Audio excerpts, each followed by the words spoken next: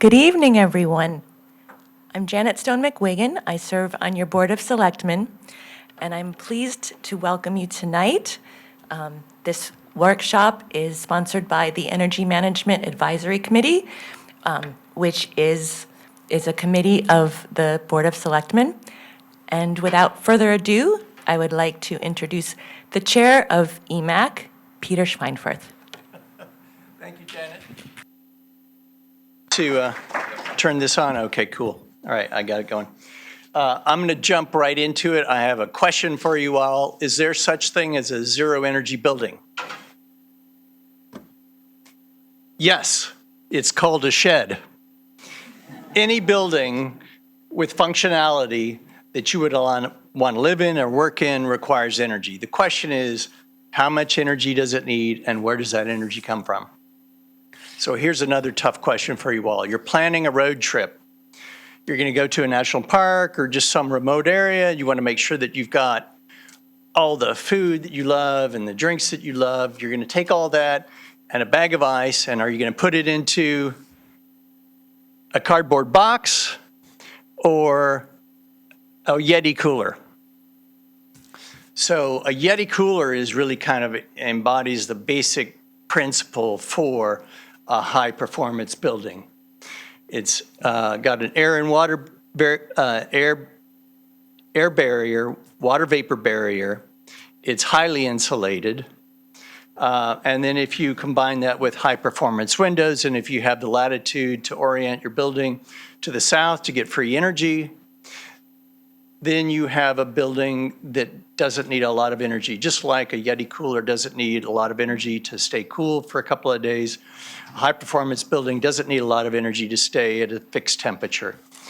Then if you add in a geothermal system to heat and cool, or air source heat pumps, or heat pump appliances, or a modern electric induction stove, you've got a building that uses very little energy.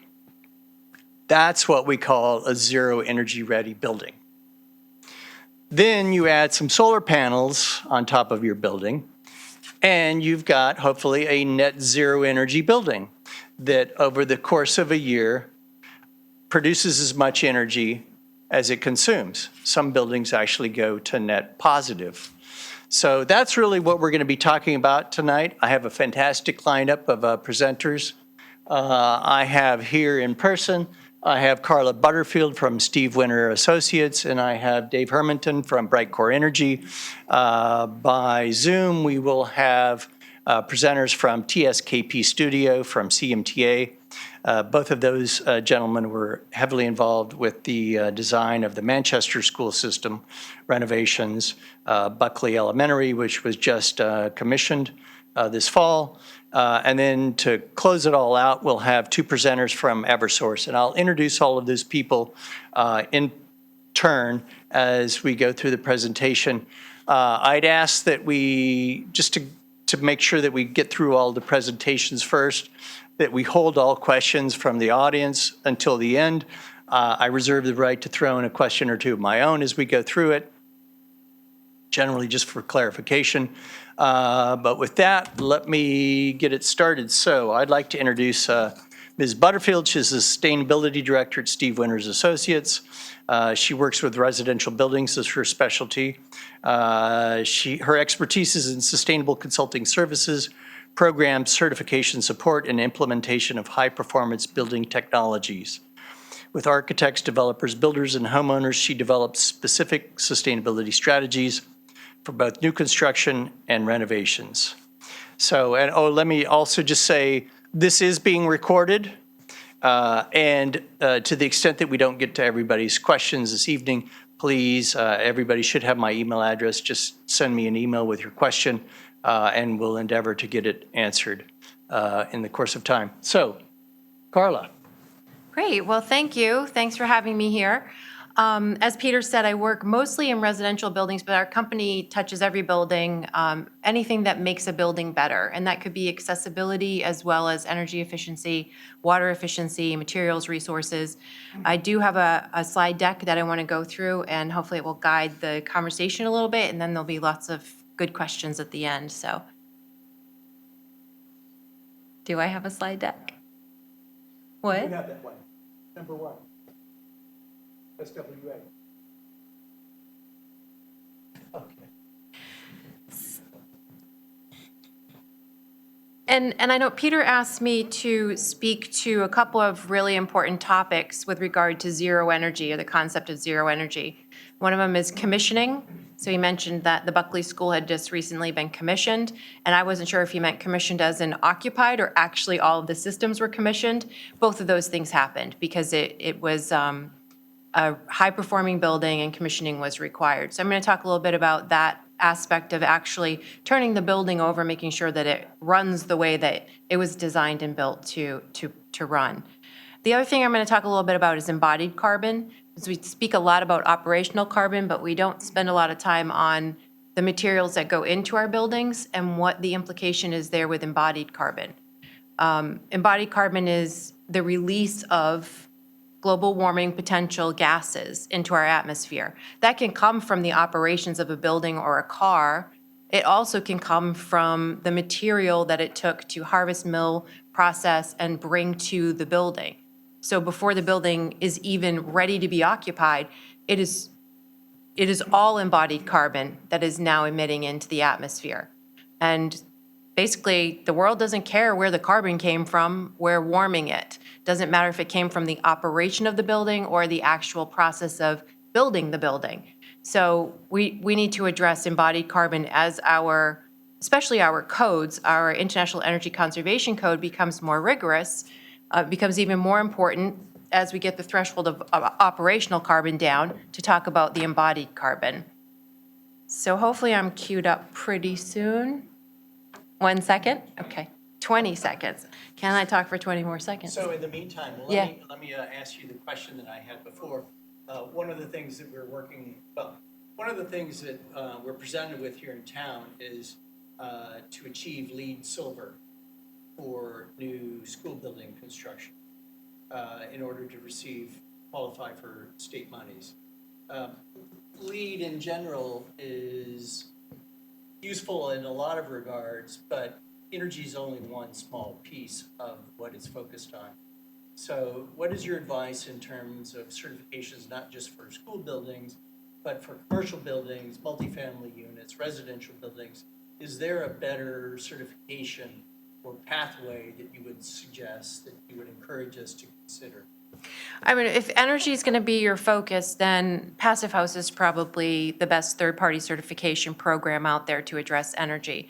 The difficulty with programs that focus, and it does speak to indoor air quality and durability as well, but there are several other categories that have implications for energy, water efficiency, material resources, and then again, the awareness and education component, that commissioning of the building. So schools specifically, Silver, while it doesn't heavy hit the energy, it is a prerequisite that you do better than the ASHRAE 90.1 comparison. It's not a huge lift to do 5% better than that target, but you do have to commission out the building as well.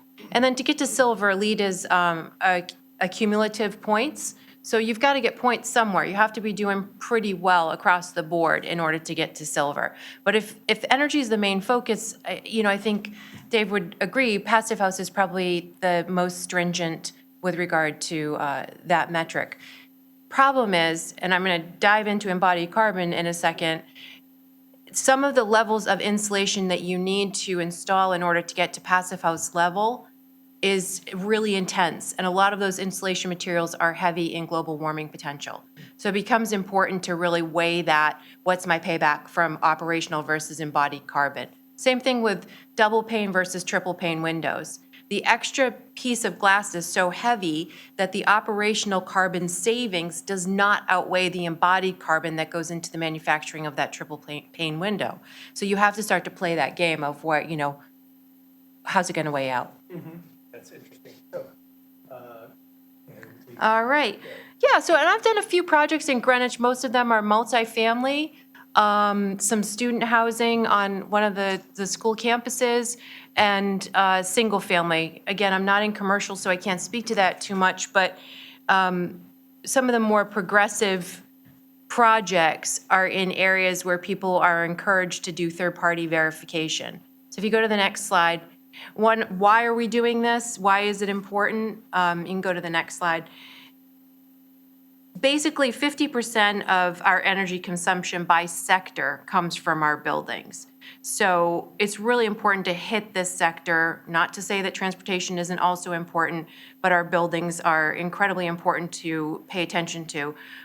Every year, there is 6.13 billion square meters of buildings newly constructed.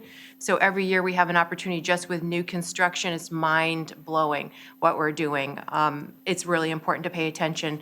Next slide, to the operational phase of the building. So basically, the life cycle of a building, this middle section, the operational carbon section, is what we focus on a lot, the people in this room. Especially people come to me and say, I want my energy bills to be lower, or my financial arm says that I must do a certification program, or HUD wants me to make sure that I've tracked all my utilities. And so we start focusing on the operational carbon stages of the building. Well, the truth is that we would really be missing some important opportunities of the early stages, the design of the building, and then the end of the life of the building. Before the building lights are even turned on, all of the energy that building has used is in the embodied carbon that was used to construct it. So if we could spend some time focusing on those materials and switching some things up, then we can save some of the emissions that way too. And then the end of the use of the building. What are we going to do with this building when we no longer need it for, say, a school? Can it be renovated into multifamily housing?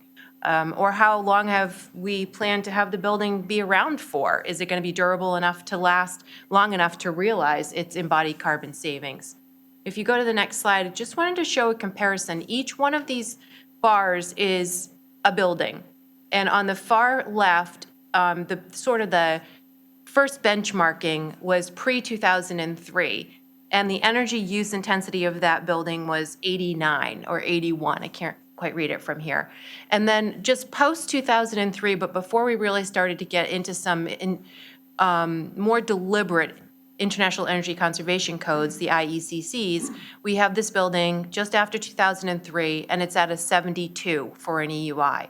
And then we have all of our high-performing buildings. Many of these, they're all in New York and Connecticut, but many of them are passive house designed or passive house certified. I don't have time to get into the annoyance of what something is designed to versus certified, but suffices to say most of them are passive house certified. And you can see that we're starting to reduce the energy use intensity from that baseline of 72, which is actually pretty much the mean across the country for multifamily building at that point. And we're starting to get down into the 40s, the 30s, and the 20s, and even down into 14. So what that means is that we've reduced the energy use intensity by 59% in one of those higher performing buildings, 200 Tyler way on the right.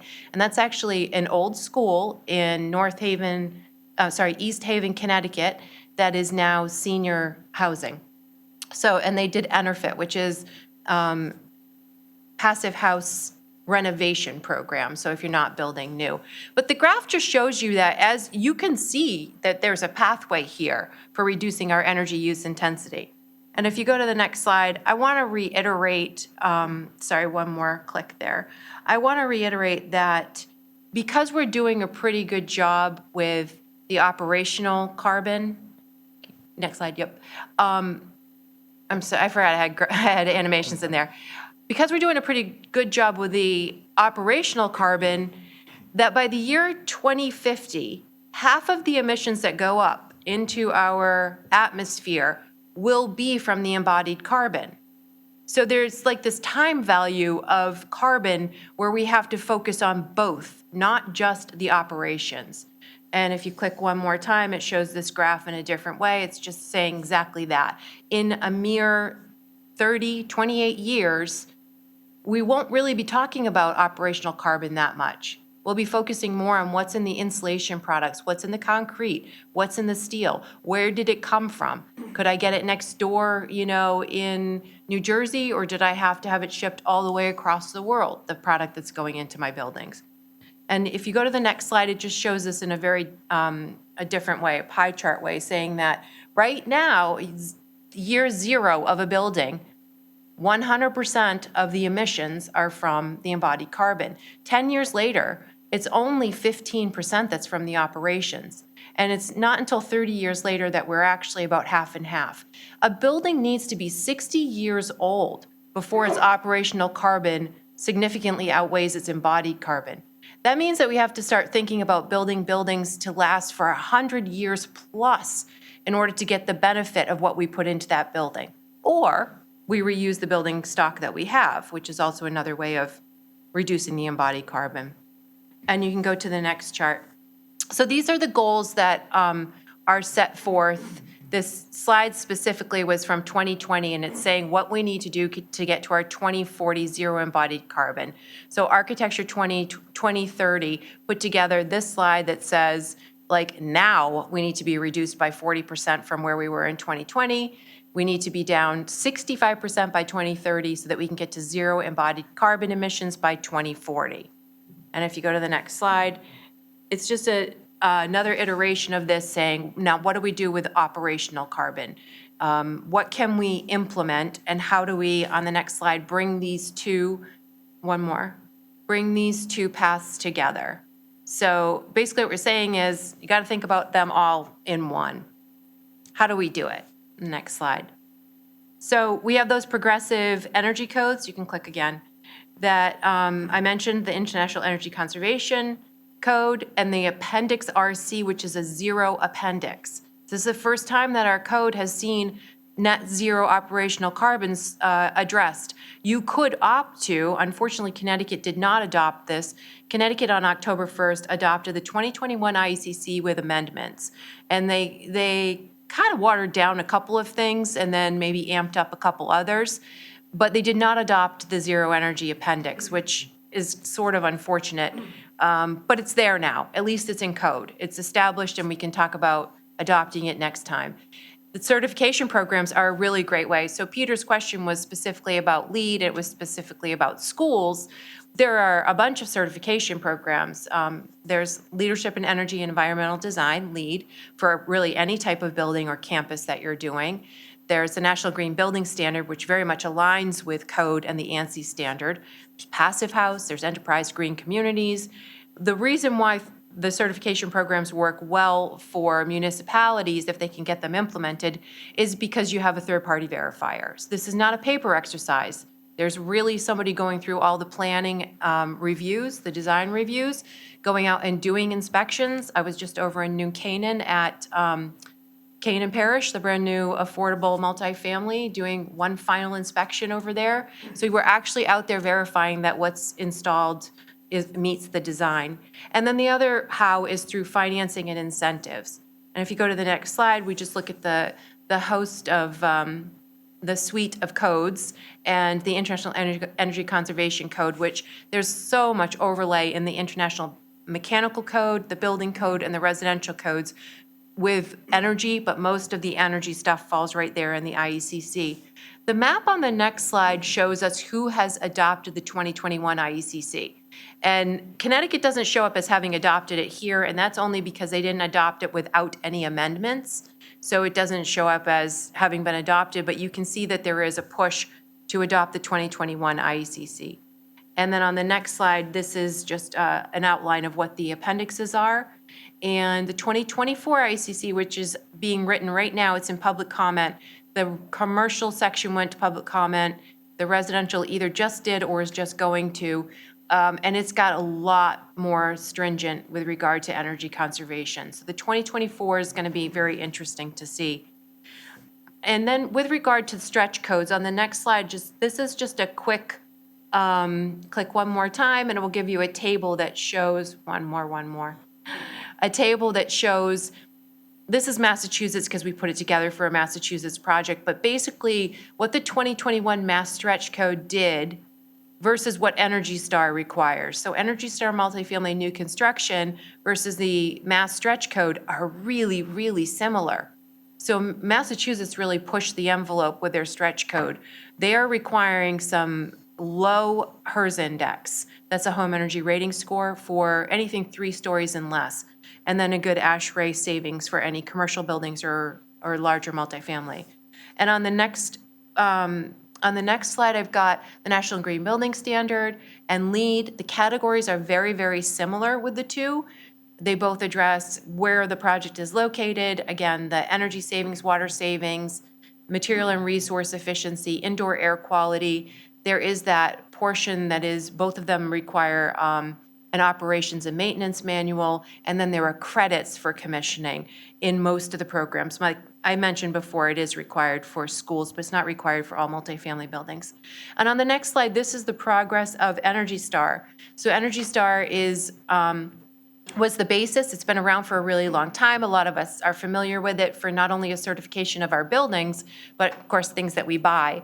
You can layer on top of that the EPA's Indoor Air Plus program, and this addresses the air quality in the home or building.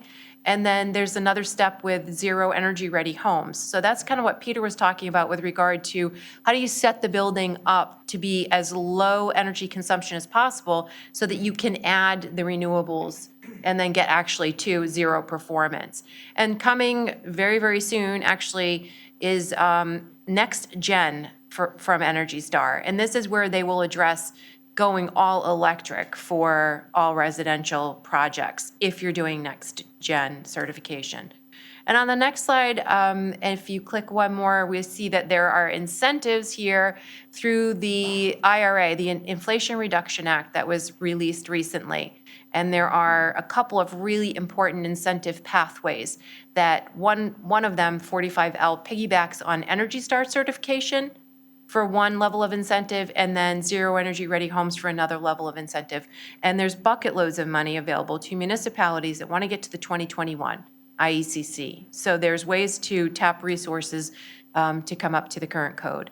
And on the next slide, there's also in Connecticut a great program most of you probably know of, Energize CT's residential new construction program, or the C&I program for commercial and industrial, where there are some really healthy incentives for doing, in this case, I'm showing multifamily and single-family homes, and then a separate pathway of incentives for passive house projects, which they really add up, especially if you're affordable. On the next slide, I wanted to take a second to look at the City's Climate Finance Leadership Alliance recently published a paper. There's a link here that just basically shows we do have the structure in place for financing zero carbon. The tools are there. They need a little tweaking, but they're there and they're ready to go. If you click again, you'll see what's missing here in their slide on embodied carbon mitigation opportunities is basically commissioning. The short for commissioning is CX, so I've stuck it in there like, well, it's all well and good to say, if you want to reduce carbon, don't build anything or live in a shed. None of us want to do that. Or build less, or build smart, and build efficiently. Well, commissioning belongs in there for sure, and it belongs before you occupy the building. And if you click one more, I get a little, another animation just showing it actually.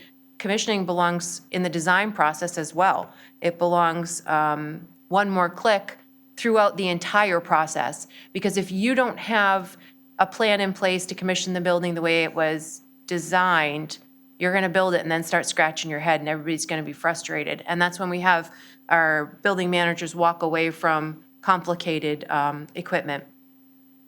And on the next slide, I just want to talk a little bit about, you can click one more time, the CX process. Go ahead and just click all the way through. These are the steps through commissioning. And there's this curve of when you're really going to get to the building performing perfectly. And if you don't go through all the steps of commissioning and start the process at design, then you're not going to get there. And you're going to have systems that were meant to be running a certain way that just aren't actually performing. And on the next slide, we have an example of one of the greenest buildings in Connecticut. It is also one of the greenest buildings because it was already built. So it was renovated. This is Hotel Marcel. It used to be the Pirelli building, and it is on the Connecticut Historic Registry.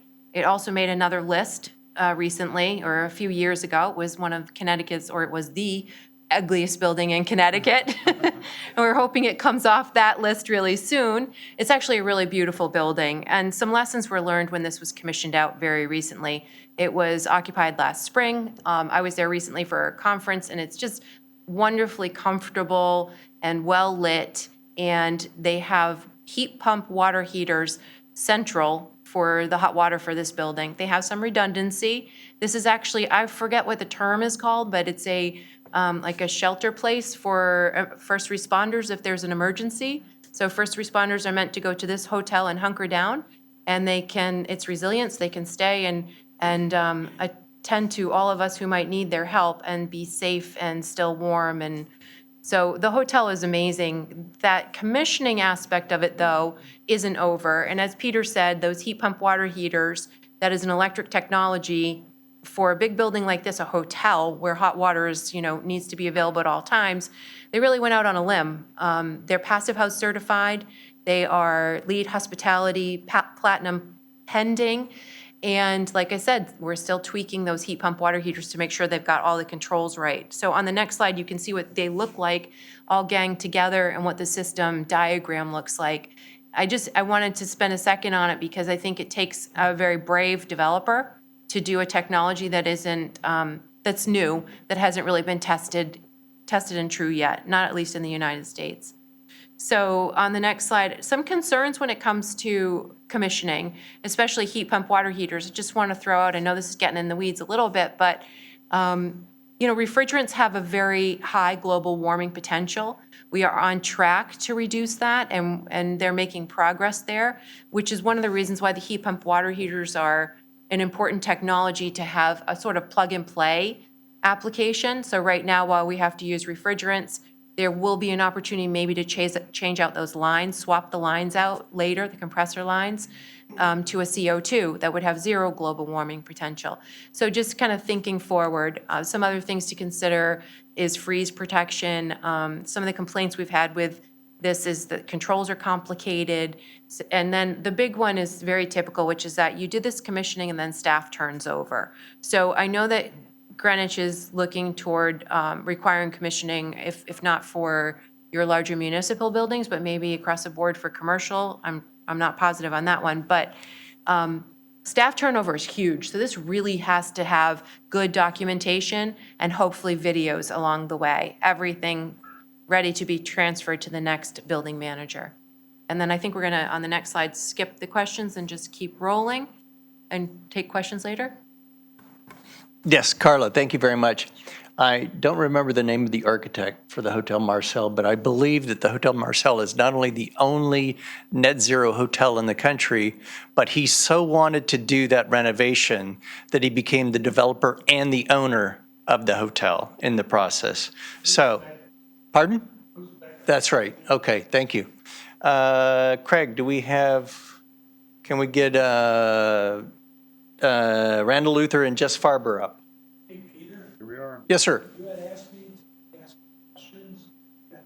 You have got to go to a second. Just to Yes. I have a little bit to do with schools. Question. School buildings. One of our problems, we all want efficiency in our buildings. We work on and operate, and we work very tight. Really tight, justifiable, but on a tight budget. So kind of tough at times for us to evaluate how to best make our buildings more efficient, because we look at it as a cost, making buildings more efficient. There's a cost in getting somebody to tell us how to make buildings more efficient. Here we are running our building, very tight budget, in a tightly staffed organization. It seems like we spin our wheels getting started on trying to create the efficiency based on the fact that you did mention something that didn't work up, just something about buckets of money. You mentioned that in your presentation. If somehow those buckets of money somehow made more obvious, then maybe it would be easier for us to look at that, take measures and allocate our precious resource to actually making our buildings more efficient. We have Dan Watson who helps us look at that stuff here.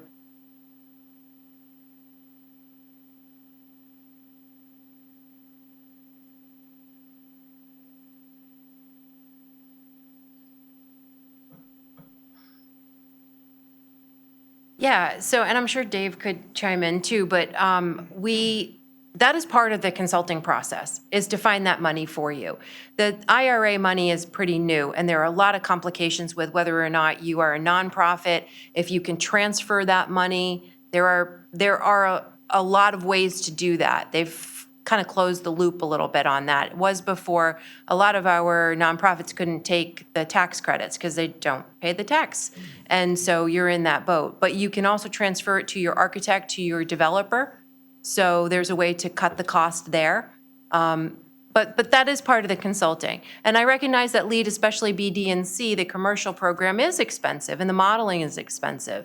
But we like to think that we can find little nuggets along the way that are going to save and pay for that third-party verification.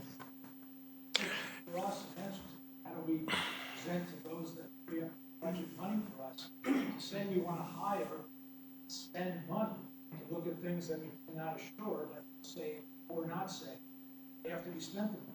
So it's hard for us to get more money to deliver something we're not sure we can deliver something. How do you get started? You say consultants. Joe, I have good news and bad news. Yes. The good news is the next presentation will answer all of your questions. The bad news is you're leaving. But this is being recorded. Yes. Well, Dan will be here. Dan will be able to train. Thanks very much. Bye.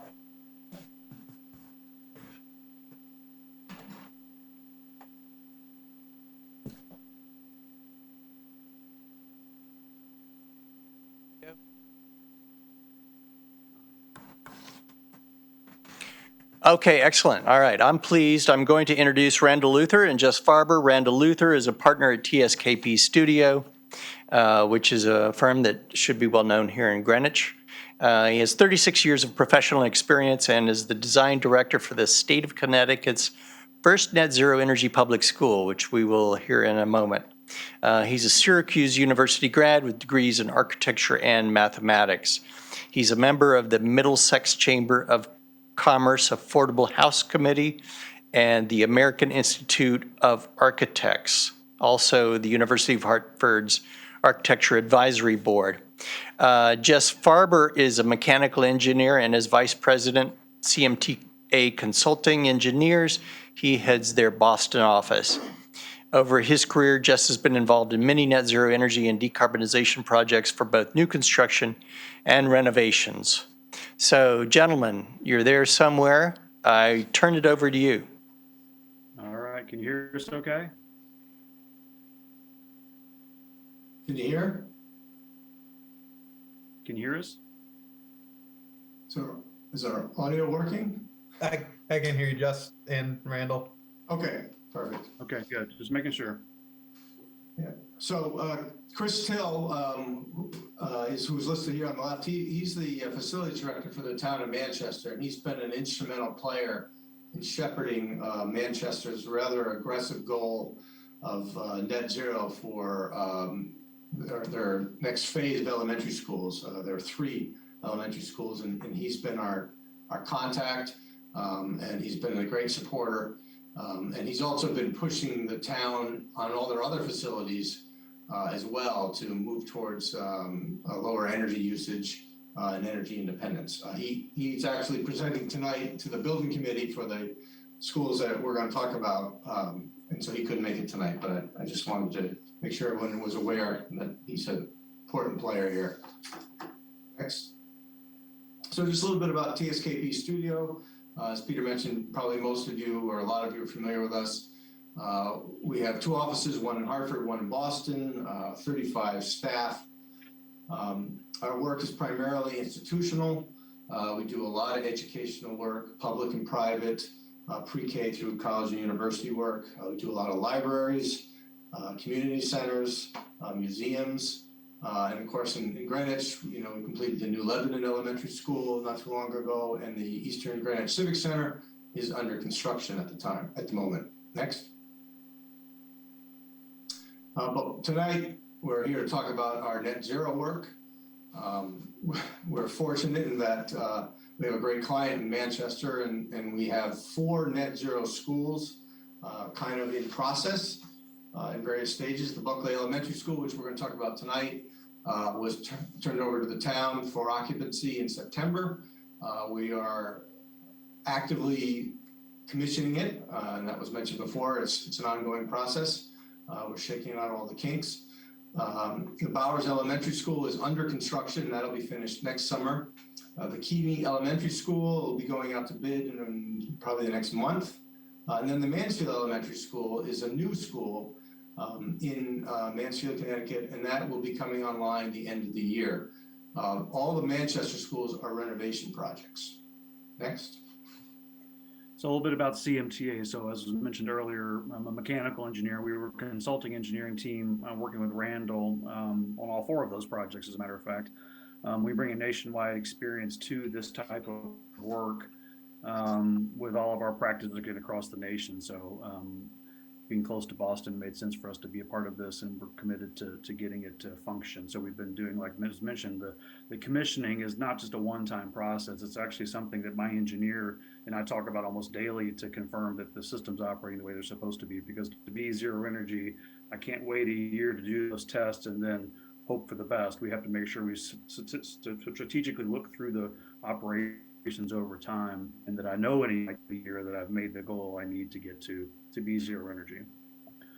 I think we've done almost 10 million square feet of zero energy building across the United States. So we're very proud of what we've accomplished and the methodology we created over time to make this possible, which we're going to share with you through this case study tonight for Buckley Elementary. So Buckley was the first school that the town of Manchester asked us to look at in terms of net zero. So we're going to talk about that one tonight. It's a fairly typical school of its vintage. It was built in 1953. The existing building is about 55,000 square feet, essentially on 2 stories.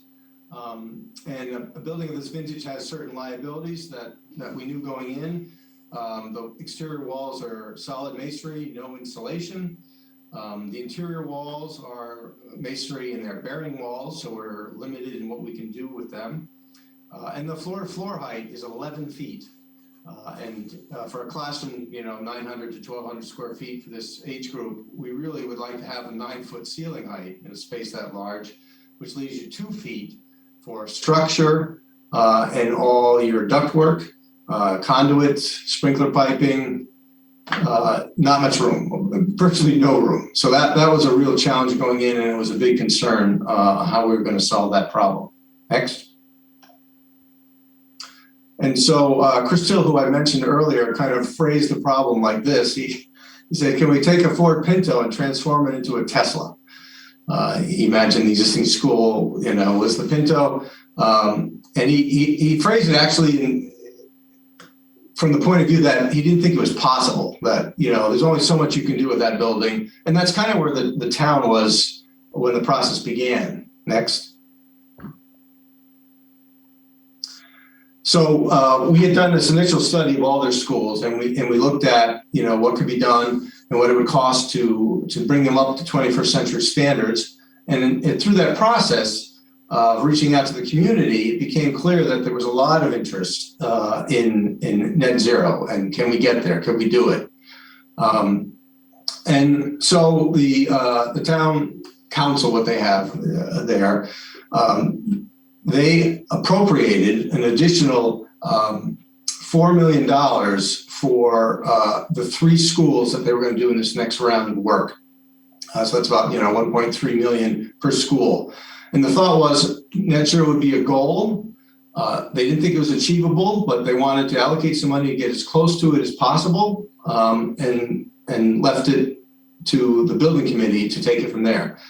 The building committee took the goal very seriously, and so in their RFPs and RFQs that were sent out for design teams, they made it very clear that net zero is going to be an important part of their selection process in terms of who they ultimately chose. As a result of the interview process, we were able to demonstrate to them, primarily with CMTA's huge portfolio of net zero work, that it's not just a goal, that it's quite likely that we could achieve net zero on this project. So at that point, there began to be a lot more excitement that maybe this was something that could actually happen. Next.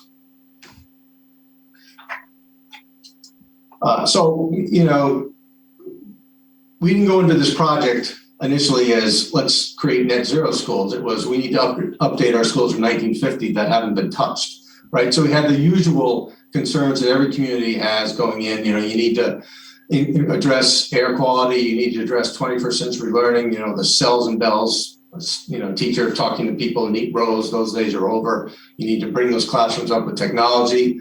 Indoor air quality, of course, extremely important, and it's become very apparent through the recent COVID that's a very important aspect of schools. Daylighting, and then just upgrading the envelope. I mean, the existing windows were still original 1950s windows, so the buildings needed facelifts, and the net zero was just something that was added to that list of things that they wanted to achieve. Next. So on the left was the site plan of the existing building. It was pretty straightforward. However, if you had been on site during pickup and drop off, you would have seen it was a little bit chaotic. Parents and buses and visitors and staff all were all over the site. There was no predefined location for parents, for staff, for buses. So we decided we really had to clarify the circulation. And so on the right, you can see how we massaged it a little bit. So now parents and visitors are all to the bottom, which is the south. And we created the entrances to the school there. And then to the north are staff, buses, and service only, so that the public really never goes to the north end of the site. That's for students and staff and playgrounds. As a result of the program to bring these buildings up into the 21st century, we needed some additional square footage. Even though the enrollment was staying basically the same, there were some additional programmatic spaces that were desired.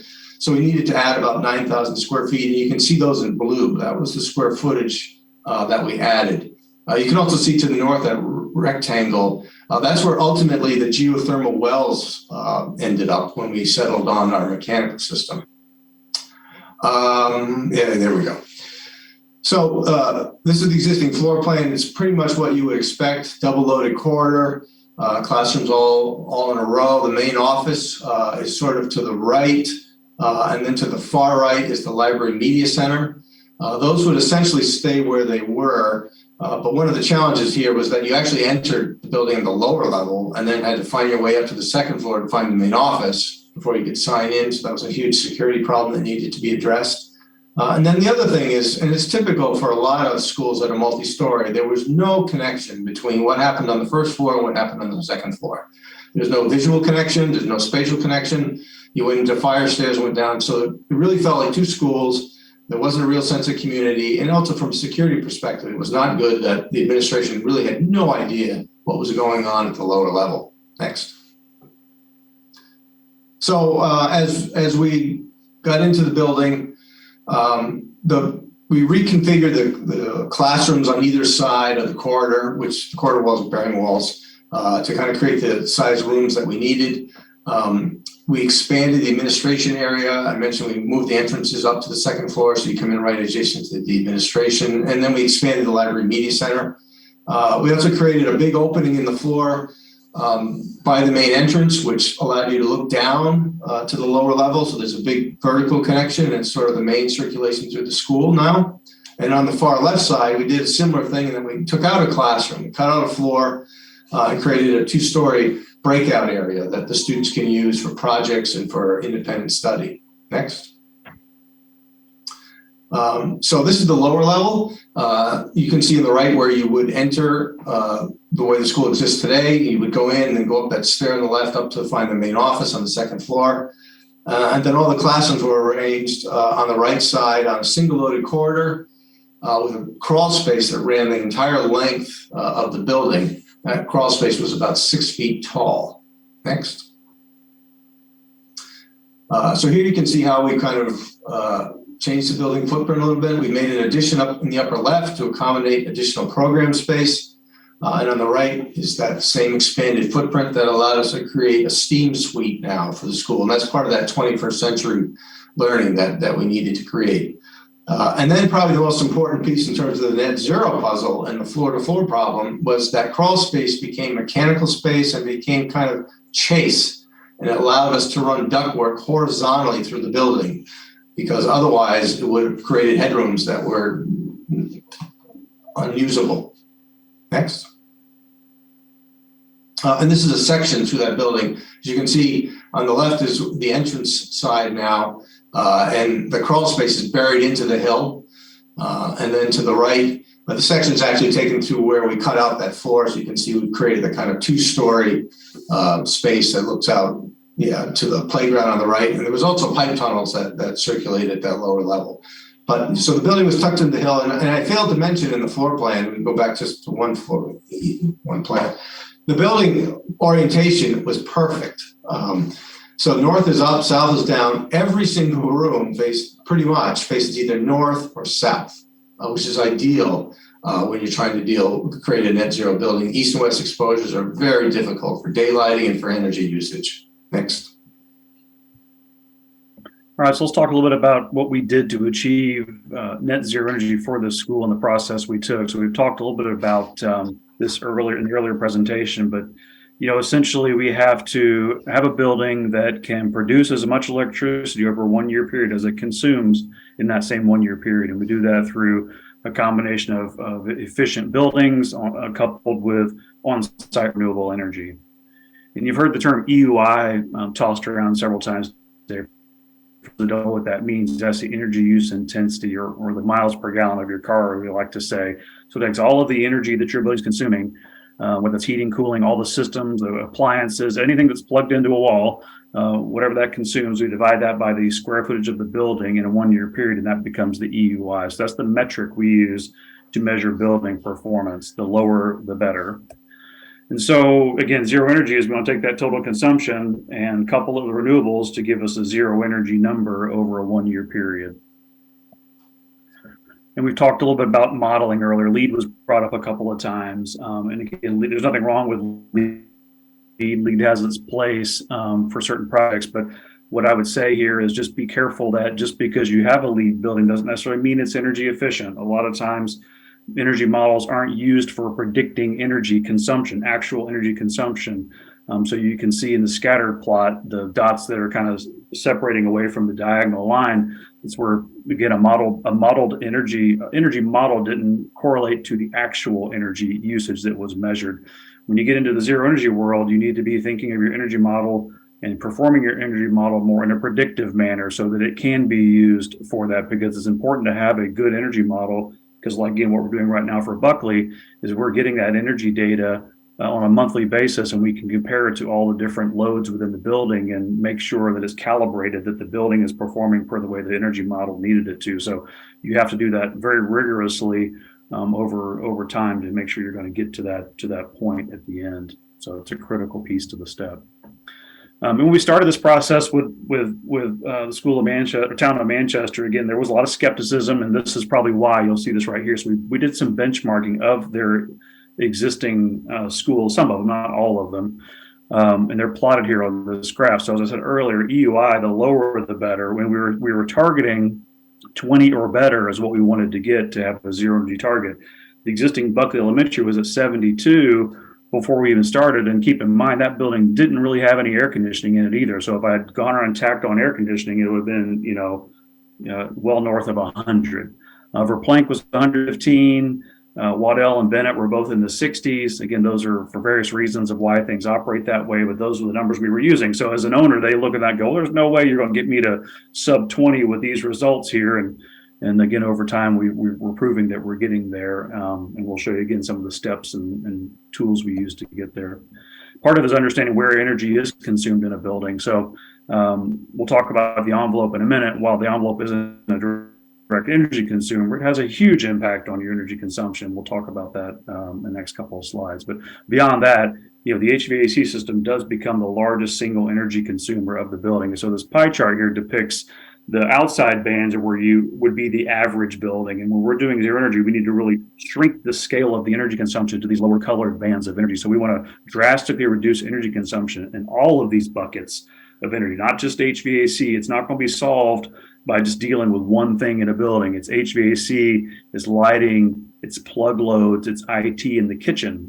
We've placed a lot of emphasis on the design of this kitchen, picking the right appliances. Again, not just Energy Star appliances, but we're really looking at strategically how to do freezer and coolers and hood exhaust and those types of systems. There's a lot of energy that goes into a kitchen. When you're looking at a school, the energy of a kitchen is the highest energy per square foot of any other building. So it's just on drastically looking at those numbers as well. So it takes all of these pieces and parts to get.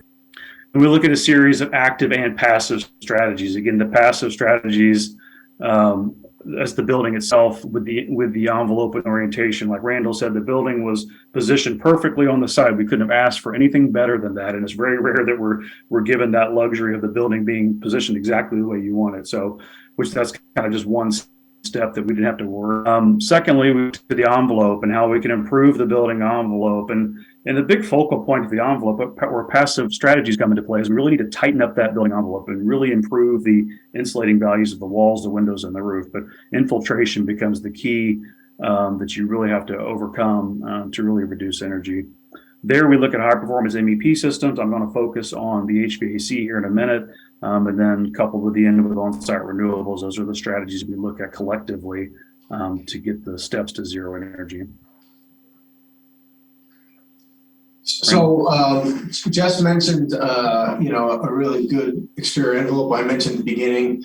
I think Peter, you gave the example of his Yeti cooler, but Carla introduced the notion that you have to look at the payback and does it make sense? And I will say that there's a difference between a house and a school, and as it applies to exterior envelope, and that the house is more like the Yeti cooler.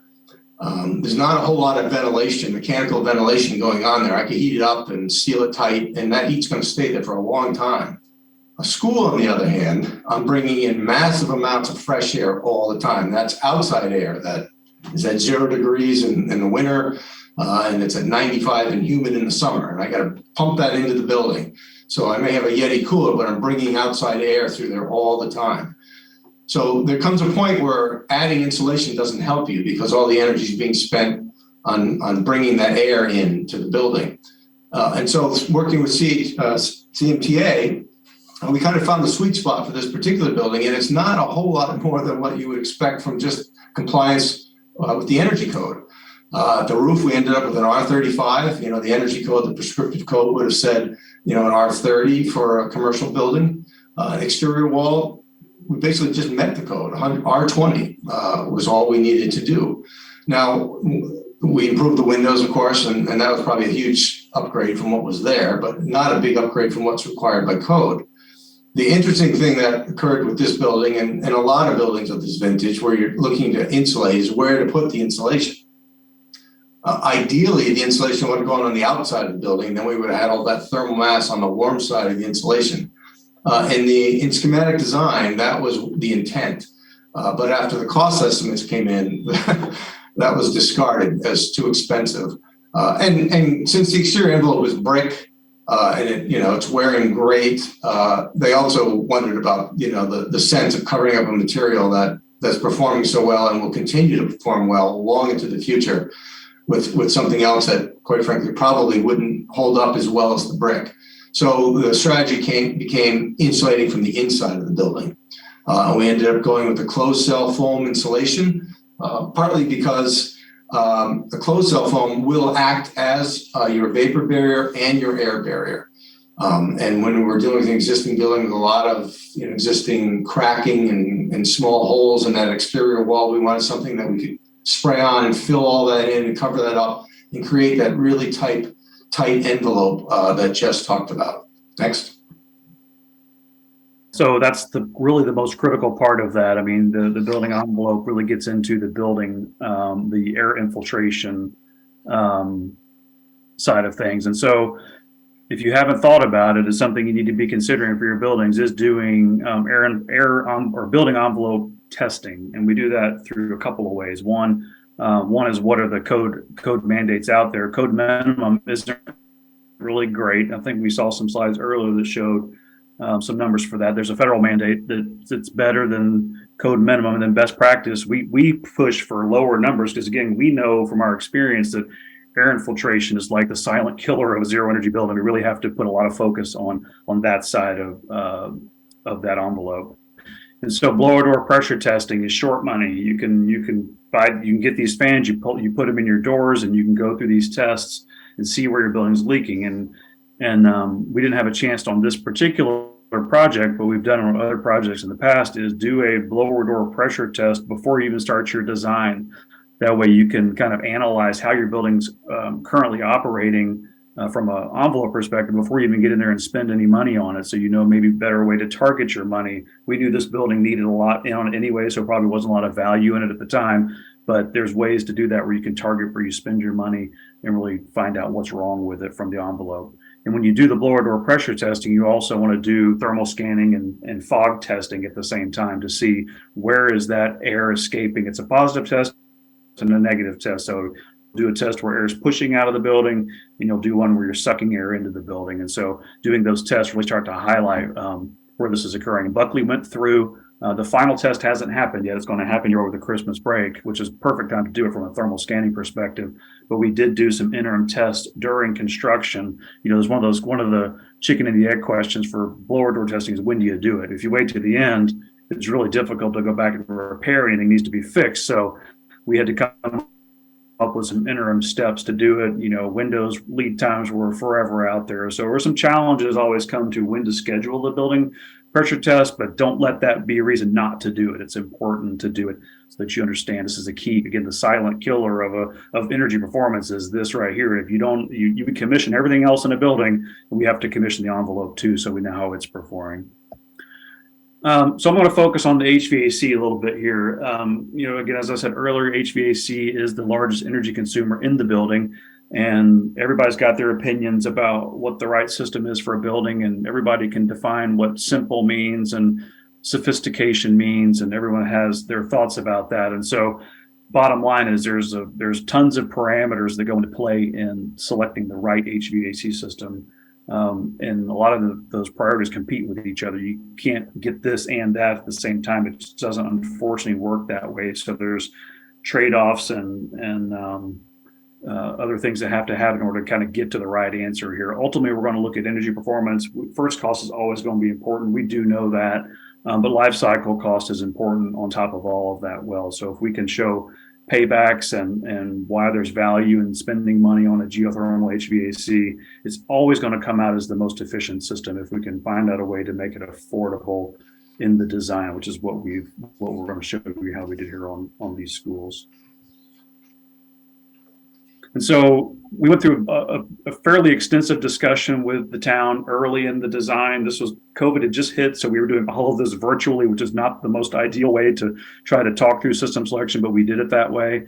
They weren't, again, as Randall said in the beginning, they weren't quite sold that this is what they wanted to do. So even putting natural gas to the building wasn't off the table. Like, that was still one of the options we looked at. So we did consider conventional HVAC system that they were used to in their school buildings.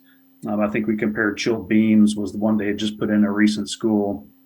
And then we looked at geothermal HVAC, and then we also looked at a natural gas, what I call a tower boiler heat pump system. They didn't want to pursue air-cooled VRF. They'd had some problems with it on another school. So that one was taken off the table. But I bring these up here in this discussion is there's a huge push wherever you go in new construction, especially in New England, is the term electrification. So if you're looking to electrify your buildings, you're pretty much going to be into some sort of heat pump technology, whether it's geothermal HVAC, VRF, which is variable refrigerant flow technology, for those that don't know what that is, or some sort of central plant air source heat pump chiller type unit that will heat and cool the building. So there's kind of the buckets of where you can choose. We ultimately chose the geothermal HVAC. Again, we went through a lot of options discussions and cost vetting with the CM to, again, make sure that in the end, we were working with the town and the design team to make the most informed decision and the right path forward for the project.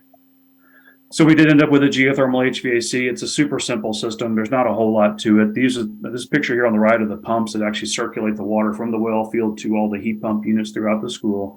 So this is a diagram of one of the heat pump units that heats and cools the room. The one good thing about a heat pump system is you can heat a room, this room here, and right next door you can cool the room if it needs to be cooled. So you're allowed a wide range of temperature control basically any time of the year of whatever that room needs to be and keep consistent temperatures throughout. So it gives you a lot of flexibility. Any heat pump system can do that for you, give you the ability to heat or cool with that same system. So, and then we use the ground as the heat exchanger as depicted by this diagram here.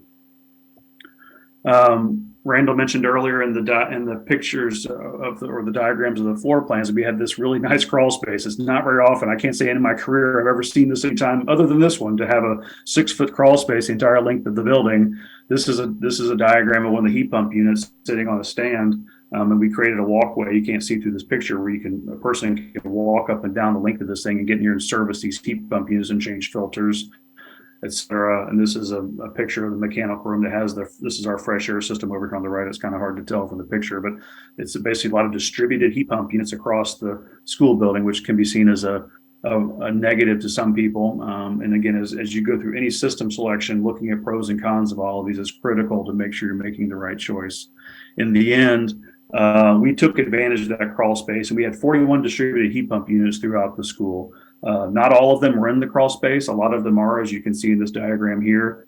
That's these guys kind of in this nice line through here. In the addition, we built heat pump closets that were accessible from the corridor, so you never have to get into the classroom to take care of a piece of equipment or change a filter or work on a compressor or whatever. Everything's accessible without disrupting students.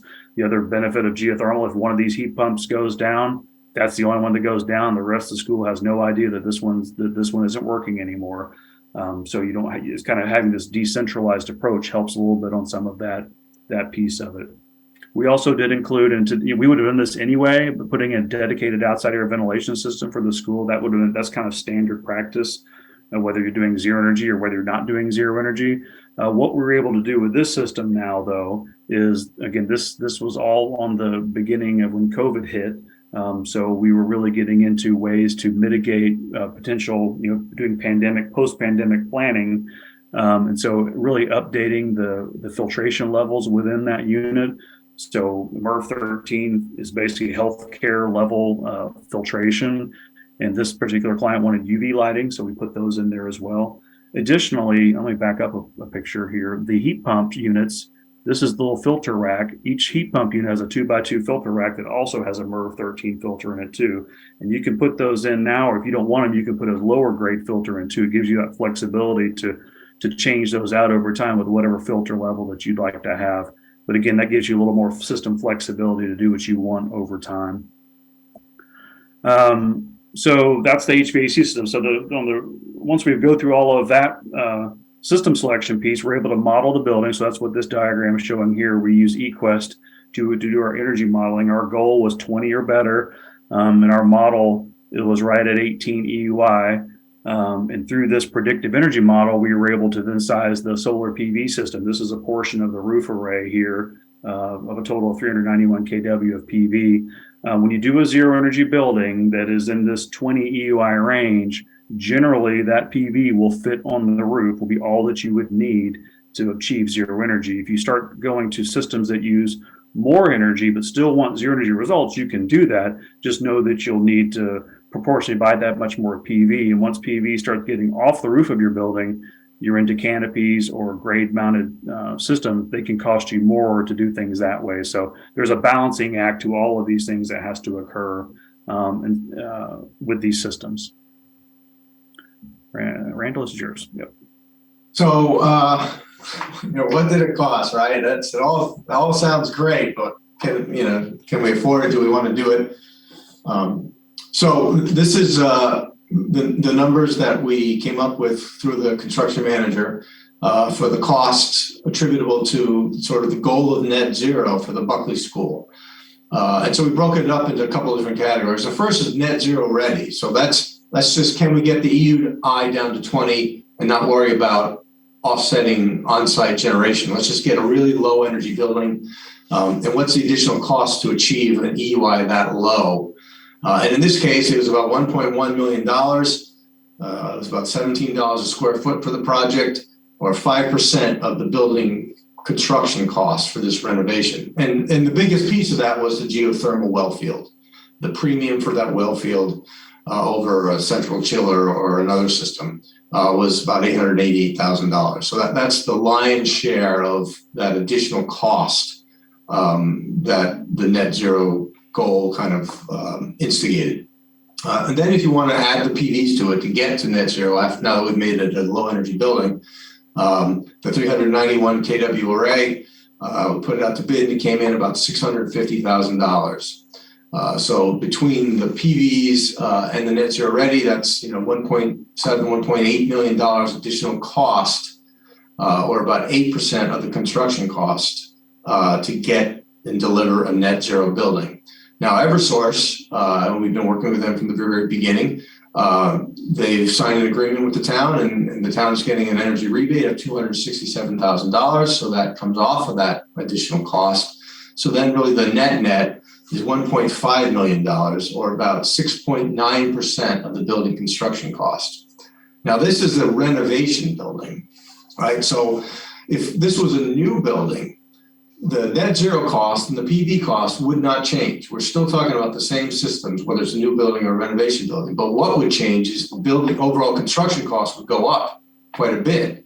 And so if as a percentage of the overall construction cost in new construction, that 6.9 is probably more like 5% or less in new construction to achieve net zero. And to be net zero ready, it's probably 3.5% additional cost to get down to EUIs around 20, 25 or better. So these are not enormous asks. 3%, 4 or 5% on a project is certainly something that if you go in with your eyes open, I think is achievable in most communities. Next. And so these are just sort of the overall numbers. It was a $24.3 million project going in at $360 a square foot. With the bid numbers, we came in at $20.9 million. Then we added the PVs as a separate bid package, got us to 21.5, so 319 per square foot. So this project actually came in quite a bit under budget, even with those additional measures that we took. Now, I will say, as a cautionary tale, this was bid the beginning of COVID, and it was a very strange time in the market in terms of bidding, and everyone was very worried. Bidding climate was very strange, and a lot of the bidders were worried that the work was going to dry up and everything was going to come to a halt. So we got very aggressive numbers. So I wouldn't take away. The message is not that you can do it for less than a regular building. We just happened to get lucky in terms of the timing. I will say the town's original thought in terms of the budget going into this and achieving net zero was to do the PVs through a PPA. They had done a lot of a power purchase agreement. They have done a lot of their town buildings that way. They've added PVs, and that was the plan here because we didn't think we had the money in the budget to accommodate that. But when the bids came in so low, then we added the PVs as part of the base contract. And so we were fortunate in that respect. Next. Yeah, that delta there pretty much offset the premium that they applied to get zero energy for all three schools on top of that. So, we got lucky with it, and it helped share some cost to help support the other sister projects that were coming along with it. Exactly.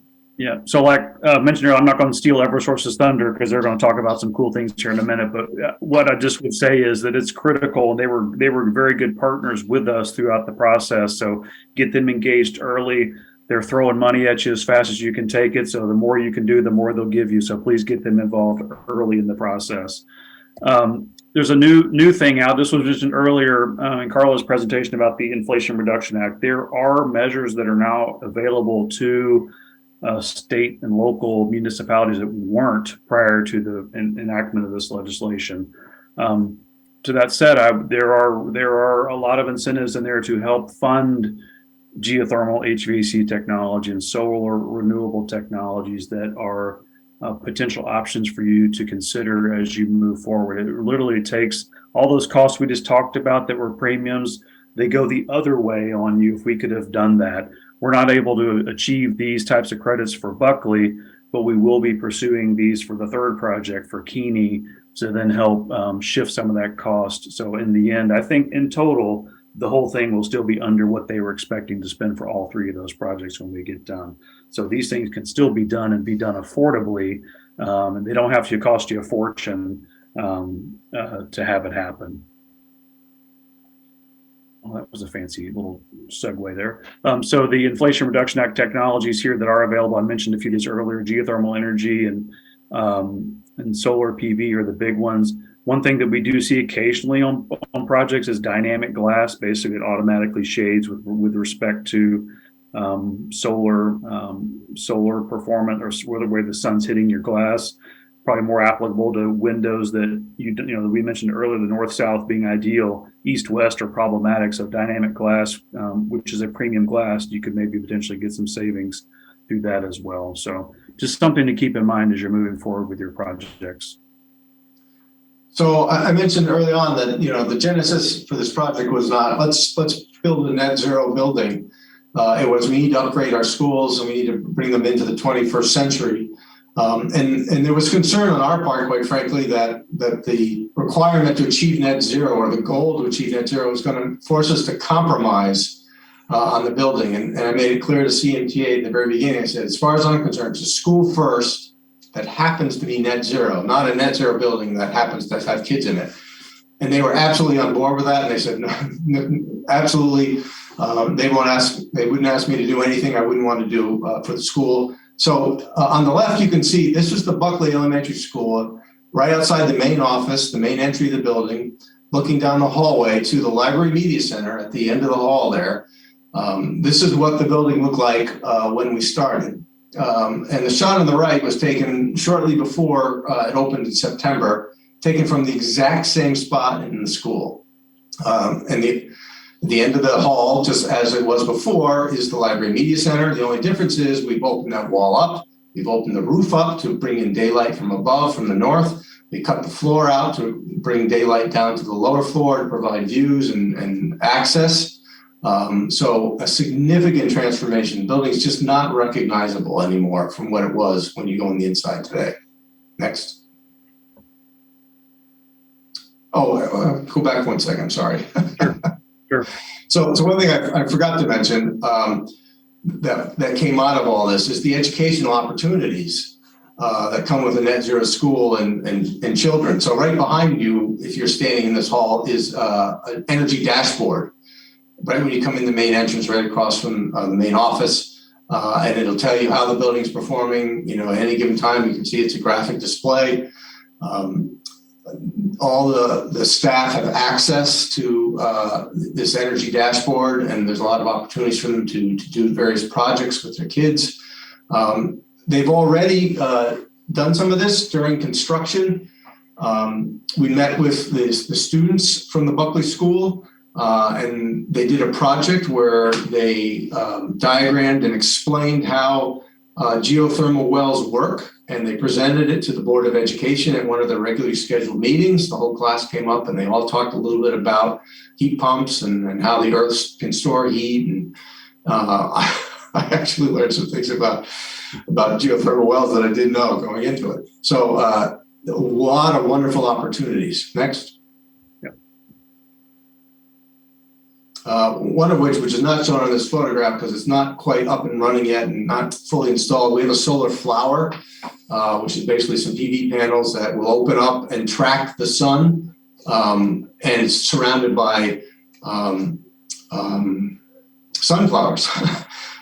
So the sunflowers, just as they track the sun, the solar flower will track the sun as well. So again, an opportunity for the kids to understand how the sun works, how we can harvest energy just like plants do, just like nature does. And on the left was what the school looked like from the outside. Again, a very sort of typical traditional 1950s school. And on the right, this is taken from the exact same spot, looking the same way. You can see it's a very different building today. It's a very different vibe. The community is very excited about it. We're very excited about it. And we're looking forward to getting the next two online. It's our presentation. Peter, back to you. Randall and Jess, thank you very much. That was a fantastic presentation, and congratulations to you both. Congratulations to the town of Manchester. That's a notable achievement, and look forward to, tuning in to the progress on your next two renovations. My apologies to Dave and Eversource. We're cutting into your time, so we're going to have to do a little bit of a speed read, if you will. I have here on my right, Dave Hermanton. He's the Vice President of Renewable Heating and Cooling for Bright Core Energy. He's got years of experience designing open loop, closed loop, and standing column well geothermal systems. He's designed thousands of tons of geothermal capacity in New York, New England, and the United States. He is an American Energy Engineer Certified GeoExchange Designer and an International Ground Source Heat Pump Association Certified Geothermal System Installation Inspector. And I told him that we have a job for him here in town. He's a former president of the Connecticut Geothermal Heat Pump Association, and formerly he held a chairman position of the Technology Committee of Yale's Renewable Thermal Alliance. He's a professional engineer in the Quad State area. I guess that's New York, New Jersey, Connecticut, and Rhode Island. So, do we have his slides up? There we go. Thanks, Peter. So, yeah, really happy to be here today. Actually, I'm sub for my boss, president of Bright Core. He's a Greenwich resident, Mike Richter. Mike has been involved in the sustainability world for about 10 years. So before that, he was had quite a career as a hockey player. He was a goaltender for the New York Rangers and won a Stanley Cup. So while he's a beacon of sustainability, he's hard to walk around Manhattan with because people stop him a lot. Can you hold on a little closer? Just move your... So yeah, just quickly, thanks. Sorry, use my outside voice. Peter asked me to speak a little bit about Bright Core. We're an energy efficiency provider. We provide energy as a service. The company was founded by some fellows that were in charge of structured finance for Lehman Brothers on Wall Street. We kind of all know what happened there. They jumped into solar and were super duper successful. I guess creating deals for solar to the tune of about $350 million. They got into another market vertical, retrofitting large buildings, mostly in Manhattan at first, and super successful that. So they decided to parlay into other energy efficiency measures. They hired me. I am their renewable heating and cooling guy, focusing mostly on geothermal systems, and we're doing some pretty cool stuff with innovation. Next slide. We heard a lot about different technologies. Unfortunate for me, I kind of got queued up about geothermal. It just uses less energy. When these systems are installed correctly, operated correctly, they use the least amount of energy. Traditionally, they always had a high first cost. Thanks to the Inflation Reduction Act, it's reducing the first cost greatly. To the tune of about 40%, and that's for most of the building system as a whole. So real exciting times for our industry. We're waiting for the IRS legislation to be published so we can really, I guess, define what this IRA is going to do for specific projects. So we're told in the next 2 months that, I guess, interpretation of the code is going to be released. So we're kind of queuing up. There's going to be a lot of activity because we're providing a super efficient technology, and now it is the least expensive in a lot of instances. Next slide. It's interesting. I worked as a design engineer for a long time, fortunate to work on some big projects like St. Patrick's Cathedral. St. Patrick's is, I guess, sort of the high watermark that I was involved in retrofitting a building from an old steam system to geothermal. Huge job. hugely expensive. The Inflation Reduction Act would have reduced that cost quite a bit. But even so, they reduced their energy use with geothermal and other measures to reduce the energy use of St. Patrick's Cathedral by 30%. So an amazing success. Next slide. And I just threw something in here that's sort of local, the Darien Library. That's an example of where there was a building system that was installed, including a geothermal system, and they had some problems with it. We went in there and we replaced the ground connection, and the building is really operating wonderfully now. But I guess, this kind of worked out well that I only have a few slides because since we're short on time, I was able to keep mine down to about 10 minutes. I think that's all I have. One more slide, I think, after this.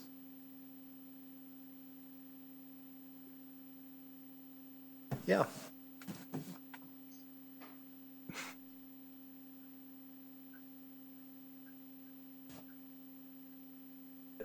Yes. I think it was just like, sort of like, yeah, I don't really have to go into this so much. I mean, just in general, like what you're going to be seeing in the world of ground source are some innovations. One is putting these systems in beneath the building footprints. This is something it has been done in Canada for a long time. This has been done for a long time in Sweden. So we're adopting this methodology of installing these systems. We're adopting other methodologies of installing these systems by utilizing specialized drilling equipment to help retrofit buildings. We can actually, we're doing a project in Manhattan at this co-op called the Beresford. It's right next to the Museum of Natural History. 100-year-old super swanky building, and we're going to be drilling in the basement of it. We're actually going to be using ground source and coupling with air source to do something called borehole thermal energy storage that allows you to put energy in the ground when electricity is cheap and the outside air is a little bit cooler. And it's also acting as a demand response type of system where during the peak cooling periods, we pre-charge the system overnight to reduce energy use by about 20%. So I guess, there's a whole bunch going on. We're being helped by a lot of agencies such as NYSERDA to bring technologies from overseas to really try to do what we can to decrease the source energy that's used to heat and cool buildings and condition buildings. Wow, so I guess not your father's Buick. It's not the Pinto. Okay, terrific. Thank you very much, Dave. Thank you. All right, so I'm going to jump quickly. We have two presenters from Eversource. We have Nick Jones. Nick serves as the Residential New Construction Energy Efficiency Program Lead for Eversource. Nick has so many credentials. He's been a judge of the Department of Energy's National Housing Innovation Awards. He's a certified energy manager, a lead green associate, a green professional operations and maintenance professional. He's a board director for the Connecticut Green Building Council, and he's also director of the Northeast Home Energy Rating System in EHRS. We also have Elizabeth Stagg. Ms. Stagg is an energy efficiency consultant, and she works with commercial and industrial businesses across Connecticut to help them meet their energy goals. So with that,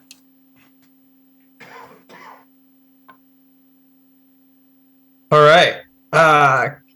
Gonna do a quick sound check, make sure everybody can hear me. I can hear you. Awesome. Thanks, Liz. All right. So thank you, Peter. And I will try my best to be as quick as possible on these next few slides. I know we're running up against time here, so I'm gonna maybe glance through and fly through some of the slides. But if there's questions at the end, my contact information is at the end. Feel free to shoot me an email. But as Peter mentioned, I'm Nick Jones. I'm with Eversource. I'm joined today with my colleague Liz Stagg, and the two of us make up the new construction team for the energy efficiency group. So just a little bit about Eversource, just a quick primer. Nick, I don't see slides. Does anyone else see slides? Am I?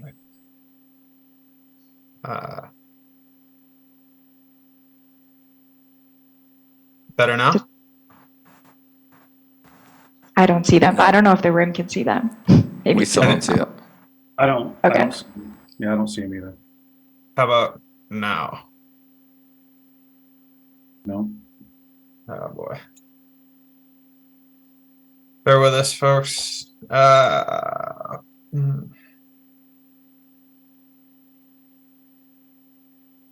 Anything?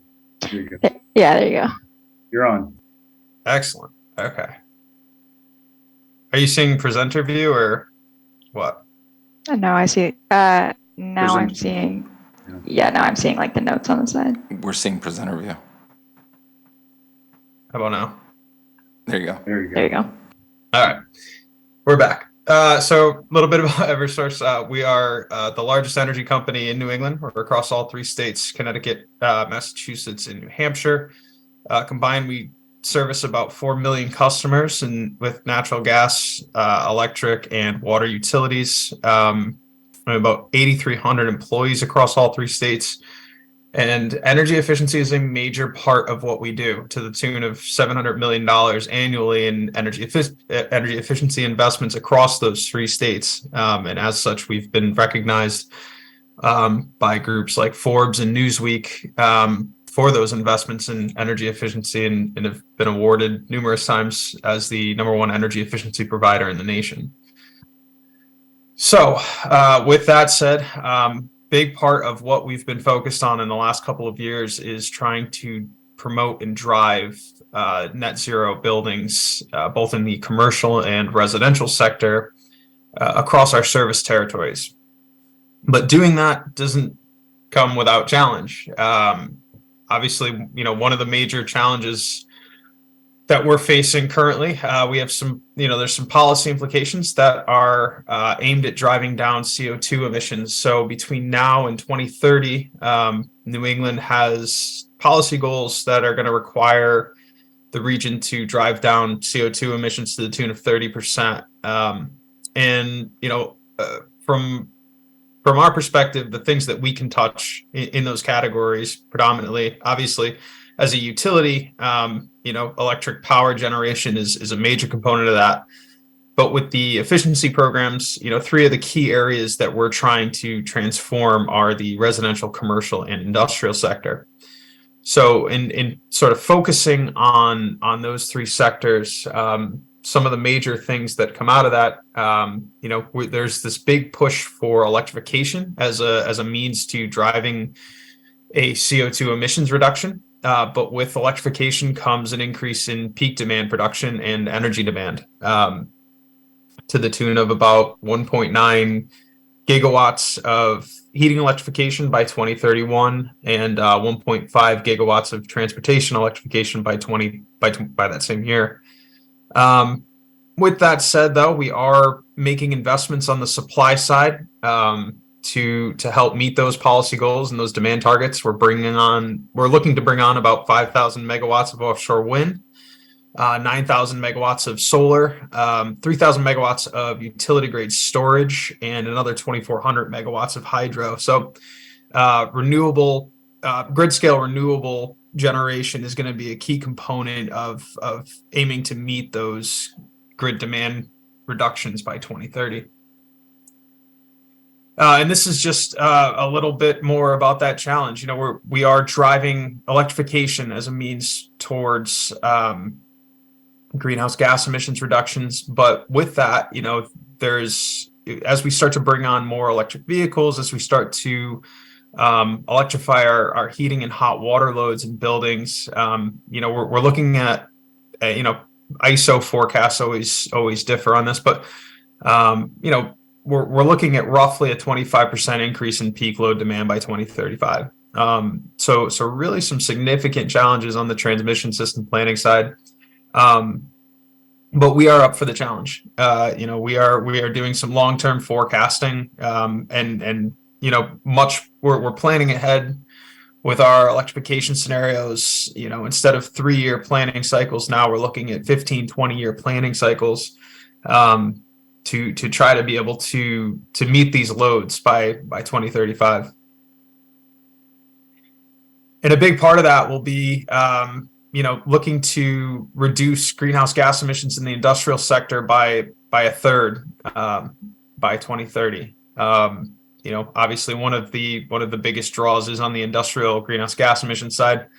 We're looking to increase the number of electric vehicles on the road by 2030. We're really getting innovative with our electric vehicle charging programs and ensuring that new developments are aware of the incentives and resources that are available for electric vehicles. We have a really robust home energy solutions program that we're weatherizing 15 to 17,000 homes every year through that HES program. And on the new construction side, obviously, like I mentioned, one of the things that we're doing is we're really driving zero energy buildings. And you heard Jess and Randall talk about the absolutely incredible things that the town of Manchester is doing. There's some really exciting stuff going on the commercial side. And on the residential side, this is something that we've been familiarizing ourselves with since 2009. That's really the first year that we had our Zero Energy Challenge, and it's grown ever since. We're seeing 25, 30 zero energy homes built every year now. We're starting to get into the multifamily sector and see some of these multifamily buildings drive towards net zero. So with that, I'm going to turn it over really quick to my colleague, Liz Stagg, and then I'll wrap up with some of the residential resources at the end. Perfect. Thanks, Nick. Can you just skip to the program pathway slide? There's one in between, but yeah, that one's been covered. Great. Thanks so much. So, I feel like I'm screaming. One thing I actually like to do to kind of start is talk a little bit about the Energize CT program, because we're coming to you from Eversource, but the program pathways that I'm going to talk to you about today are actually universal across the state. I'm sorry, could you actually put the mic back? Yeah. You got Is lots. that better? That's better, thank you. Okay. Yeah, of course. So Energize CT is an initiative of the Energy Efficiency Fund, the Connecticut Green Bank, the state, and local electric and gas utilities. So I know in Greenwich, you have CNG, and they would have these same exact program pathways. So Energize CT can offer these initiatives through a charge on your energy bill. It's probably a little system benefits charge. Maybe you've never noticed it, but I promise you're paying into the Energy Efficiency Fund, and then Energize CT uses that money to fund these pathways. And I'll talk about the new construction and major renovation program pathways now and focus on path one, our net zero one. But I do also just want to say, like Nick mentioned, there are resources and incentives and initiatives for renewable energy and for electric vehicles as well. But yeah, so today I'm going to focus on our new construction major renovation pathways. So there's 4 pathways. Path 1 and 2 are really focused on whole buildings and low EUI, so that energy use intensity that I think Jess mentioned that you can think of as mile per gallon rating for your building instead of your car. And then our path 3 and 4 programs are more prescriptive. We'll be looking at kind of individual measures like lighting or HVAC. But yeah, Nick, I think you can go to the next slide. So our Path 1 program is the one that's going to support these net zero energy projects, the projects that we have coming up with the town of Manchester.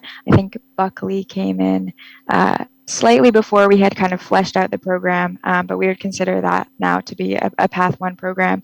And the goal is to really, like it says, drive projects towards net zero, low carbon, low EUI, and we do have that focus on outcomes. So in this program pathway specifically, we will require commissioning, and there's actually even an added incentive for showing building performance in post-occupancy. So the key program driver for our Path 1 is a 25 site EUI target. That's not, kind of a fixed target.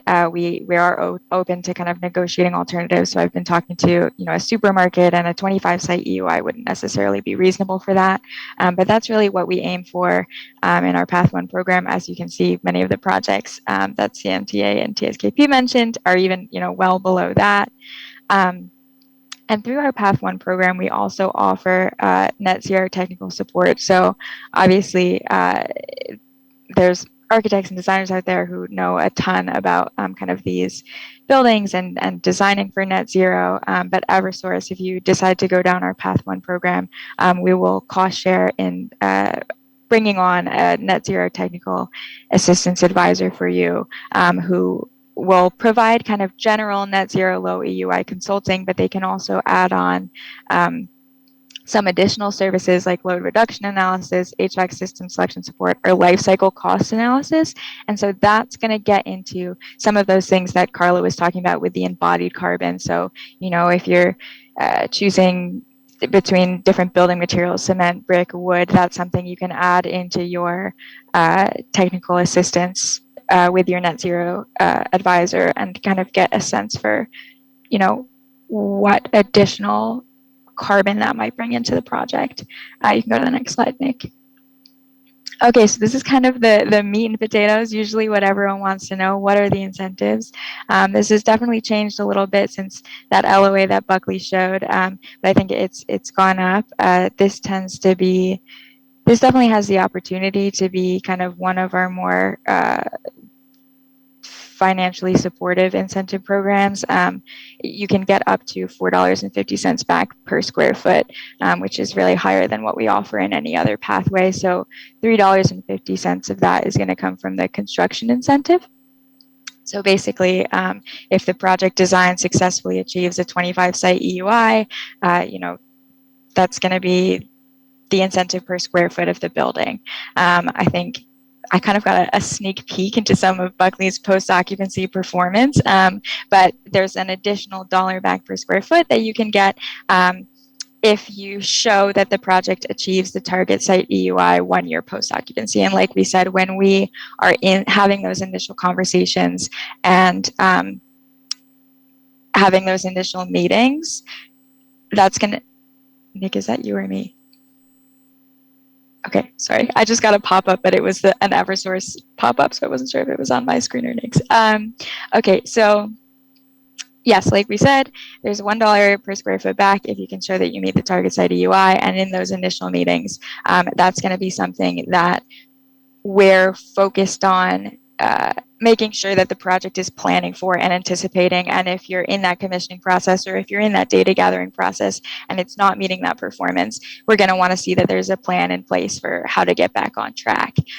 We'll also offer an additional $10,000 certification for zero net energy or passive house certification. There's that technical assistance that I mentioned, and then there's also a verification incentive, which can be 50% of the verification fee up to $10,000. Another thing that we understand from the Eversource side of things is that a lot of projects, if this is something they're interested in, they'll include that language in their request for proposal or request for services, and they'll bring on a design team that's, you know, going to be focused on energy efficiency, but it's still a little bit more involved to go through these specific Eversource pathways. So we do offer design team incentives, which are 20 cents per square foot and capped at $15,000. And you can go to the next slide. Okay, so when do we want to get involved? I think Jess mentioned this a little bit. We really want to be involved as early in the design process as possible. The sooner we kind of get these conversations going, the more input we can have and the more we can make adjustments if we think that it's not going to meet that target. So I believe for this program pathway, the latest that you could get involved would be the beginning of design development, but we really much prefer projects get involved during schematic design or even reach out during, you know, feasibility conceptual. Sometimes I have projects that come to me with just narratives. Once we get that project and kind of bring on that technical support, one of the first things we're going to do is we're going to have a design charrette with the customer, your architect, your MEP, any sustainability consultants, your modeler, and we're going to kind of get us all in a room together, look at the drawings, and kind of create that plan for how is this project going to meet that net zero energy goal. Following up, there'll be kind of 2 meetings with your net zero technical assistance advisor who will kind of check in with the drawings during design development and before you finish construction documents to make sure that you're still on track to meet that, to meet or come in below that 25 site EUI. And that is and then you start construction, and then we get into the post-occupancy data collection. But that's kind of a high-level overview of the timeline for some of these net zero projects and the process with Eversource. I'll hand it back over to Nick. Very cool. Thanks, Liz. And I promise to fly through these last few slides, but I do want to talk a little bit about residential new construction and some of the things that we're working on within that realm. So one of the things that, as Carla mentioned, we've really put a lot of focus into Passive House as a certification offering, as well as Passive House as a Passive House training. And we've done that through this two-tiered approach, both with incentives. So we have very lucrative incentives for Passive House modeling. So you can get up to $30,000 for modeling for these Passive House projects. There's performance incentives, as well as certification incentives for Passive House as well. We've also launched in the last 2 or 3 years now a training effort, and that's really evolved. It started predominantly with Passive House and trying to bring on more Passive House professionals in the state, and then we expanded that offering to include trainings on electrification, because it is a new topic that we do get quite a few questions about what's involved in that process, and so we've taken sort of a 3-tiered approach to our training. We're doing lunch and learn sessions. Some of you might have been on some of those sessions, and those are really sort of Passive House 101 or Electrification 101 type sessions. We typically do those trainings monthly, if not bi-weekly. I think we've been doing 1 or 2 trainings a month through those lunch and learns. And if you're interested in getting on the mailing list for those lunch and learns, my contact information is at the end of this. Please reach out to me and let me know. I'm happy to get you on there. And then we've also done these seminar style trainings, and we're looking to try to get back to sort of hands-on seminar style trainings next year. And we've had a great partner in Stephen Winter Associates on those trainings. They've put together a 4-part series that really focuses on the really major components of the Passive House building cycle. So it focuses on, and it really is aimed towards the trades. So there's an HVAC session, there's a framing session, there's a commissioning session. So really you kind of get to pick and choose the sessions that you want to go to with the trades that are specific to you. And then we have a credential reimbursement. So we're reimbursing 50%, and next year we're actually going to be reimbursing up to 75%. So if you go and get your Passive House credentials as a Passive House builder or a Passive House designer, or even a Passive House QA professional, we'll reimburse the costs of your certification up to 75%. Just a couple of the upcoming trainings that we have. We're going to be doing some trainings on Passive House for commercial buildings. Some beneficial electrification trainings. We're working on there's a lot of questions about the Inflation Reduction Act. So we're looking, and I'm really excited about it. We're going to be doing a training on the Inflation Reduction Act, and some of the really complex components to that, and how to access funding through the IRA. We're going to be doing that next year. We're going to be doing trainings on, like Carla mentioned, Energy Star Next Gen, which is a really exciting initiative and really aligns well with the electrification offerings that we have in the state, as well as some of these additional trainings. So Adam Romano from Stephen Winter Associates is actually going to be doing a heat pump training next week, December 13th with AIA, and that'll be really focused on heat pump best practices for electrification. So anyone that's looking for last minute AIA credits, definitely feel free to attend that. But it's been a really incredible couple of years in the Passive House arena. So this is sort of a graphic that I got from a graphic that I put together with some data from FIAS. And it shows the progress for Passive House, the number of buildings that are either, as Carla mentioned, I don't have nearly enough time to go into design certified versus Passive House certified versus credentialed. There's a lot of sort of nuance there, but really what we're seeing is a pretty large uptick in the number of buildings that are seeking Passive House certification. And what's really exciting about this graphic is this chart is not these are unique projects year after year, and so it's sort of, we're seeing sort of exponential growth on the Passive House side. The other really exciting thing about this graphic, all of these buildings to date have been affordable housing, state-funded projects, and so there's a great alignment between the utility offerings coupled with the state financing, the low-income housing tax credits that are out there, and it's driving us towards more increased Passive House projects, and so. Really, the next generation the next generation of our offerings is focused on all electric. And so this is the last slide I have. This is the last thing I'm going to talk about. But really, what we're focusing on both in residential new construction, both on the single family as well as the multifamily side, is pushing electrification through increased building envelope. A better performing building envelope, so roughly 30% better than code. We're going to be changing that for next year, and sort of easing back on our tier 1, and really trying to get people to at least get to 2021 IECC building envelope levels. We're coupling that with air source heat pumps, electric water heating, as Carla mentioned. This is sort of a hot topic and a hot button item for us. How to sort of design around some of the challenges with electric hot water in multifamily applications is going to be really critical for the next couple of years. And then focusing finally on ventilation and really trying to push more high performance energy recovery ventilation systems in these projects. What I will mention is we do have our incentive structures available for 2023. And for next year, in addition to the current base incentives for RNC, so in addition to the $3,000 per home incentive, if you do go with all electric, if you're building a home to our all electric standards, you'll be able to get an additional $7,500 to $10,000, and that's on a single family home. On multifamily, you're looking at an additional $2,500 to $1,500 per unit. So these are.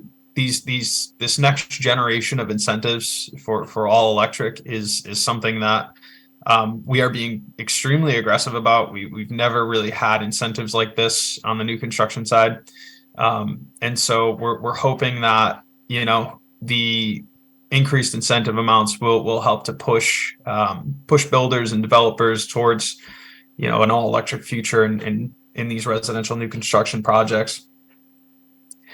With that said, I will leave I'll leave our contact information up here, give you guys a second to jot it down. I think this is being recorded though, so you guys will have access to this. And Peter, by all means, feel free to share my email address with anybody that asks for it. I don't know if we have time for questions, but I'll turn it back over to Peter.